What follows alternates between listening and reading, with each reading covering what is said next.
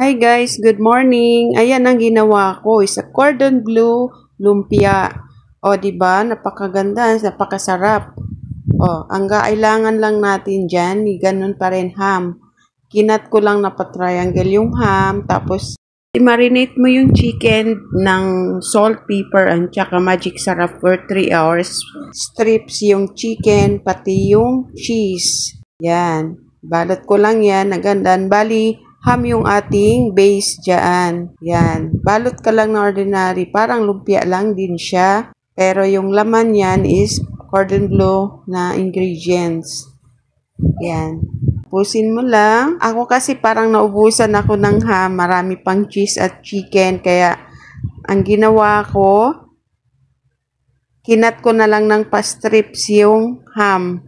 Depende yan sa inyo guys. Kung gusto nyo i-strip sa umpisa pa lang para pare-pareho sila, gawin nyo na lang para mas marami kayong magagawa.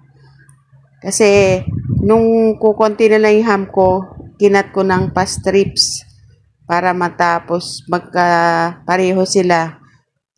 Magpang-abot yung aking ham at saka yung cheese at chicken.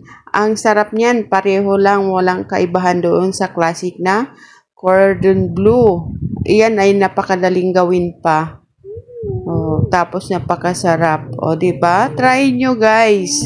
Gustong-gusto ng mga anak ko pa babaunin yan kasi masarap siya, malasa. Kaysa magpagiling ka ng karne, yung ordinary nating lumpiang Shanghai, mas magastos kasi mahal ngayon ang mga gulay.